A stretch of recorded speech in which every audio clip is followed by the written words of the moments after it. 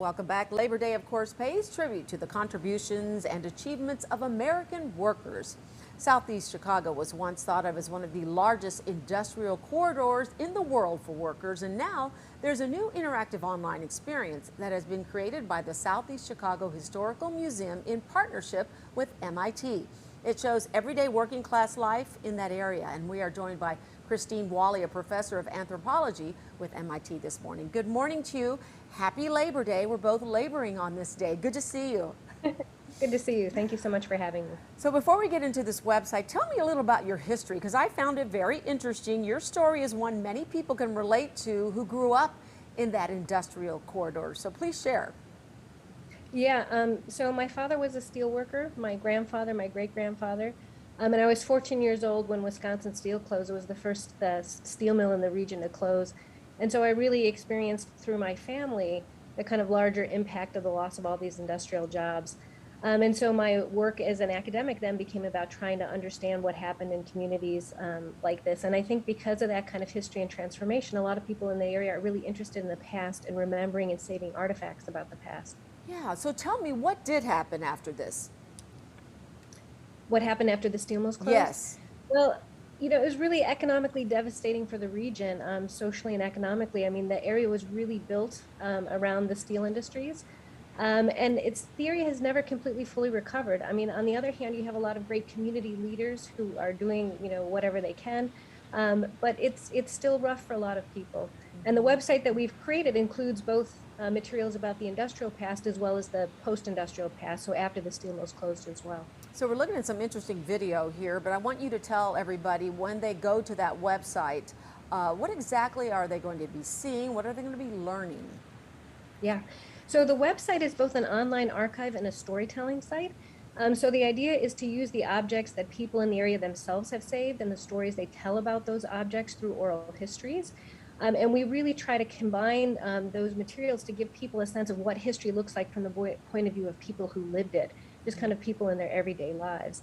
And so when you go to the site, you'll find objects, you'll find stories around those objects. We have things we call storylines where we take the objects and create almost kind of little mini documentaries. So there's one about the Memorial Day Massacre of 1937, which was a major labor event. There's one about Mexican-American immigration into the area and the histories of that. So there's lots of different kinds of materials on the site about all the diverse communities and groups that have lived in Southeast Chicago historically. Tell me a little bit, give me a personal story that people will find when they go visit, a little perspective on some of the history and maybe what they will walk away with and what will stand out. Yeah, well, thinking about for Labor Day, one of the really great objects in the museum is this album that was created by a young woman, Jerry Borazan, who in 1937, her husband was a steel worker at Republic Steel. The workers were on strike trying to unionize. And there was a major labor event where actually 10 people were shot at and killed by city police as part of that. And so she made this scrapbook about that experience for herself and people around her. And so that's one of the, that scrapbook is a kind of window onto larger national history, but it's through this object that this woman in the neighborhood made herself.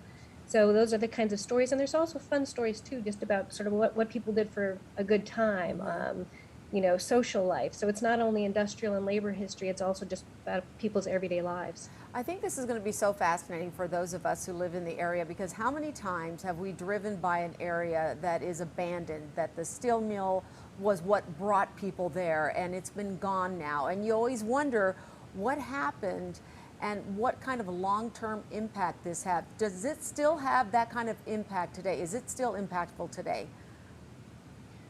Yes, I mean, the impact has been ongoing. Again, there's a lot of great community leaders who are trying to kind of turn things around for the area.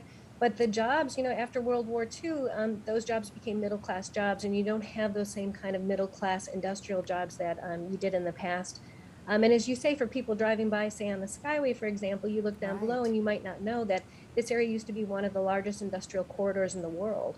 So it's really kind of amazing to think about kind of all this history that's down in those neighborhoods below, just off the Chicago Skyway. Yeah, this is fascinating. I'm so glad I had you on this morning. Now you've piqued my interest, and hopefully our viewers as well. I understand that you wrote this book, eventual documentary called Exit Zero, depicting the social landscape of industrial fallout. Is that kind of similar with what we'll be experiencing on this website? Yeah, the book Exit Zero uses my own family stories to talk about the larger impact of the closing of the steel mills in the area. And the documentary film Exit Zero I made with my husband, who's a filmmaker, Chris Babel, and gives a similar kind of story. And you can find those materials on, we have our own website, exitzeroproject.org. The museum's website is sechicagohistory.org. For this kind of larger, for the larger project through the Southeast Chicago Historical Museum. Oh, I can't wait to see it. Like I said, you've piqued my interest. How many times have I driven across that skyway and thought, wow, I want to know what really happened. So Christine Walley, professor of anthropology with MIT, what a pleasure to talk to you this morning. Thanks for joining me on this Labor Day. Good to talk to you. Good to talk to you. Thank you very much.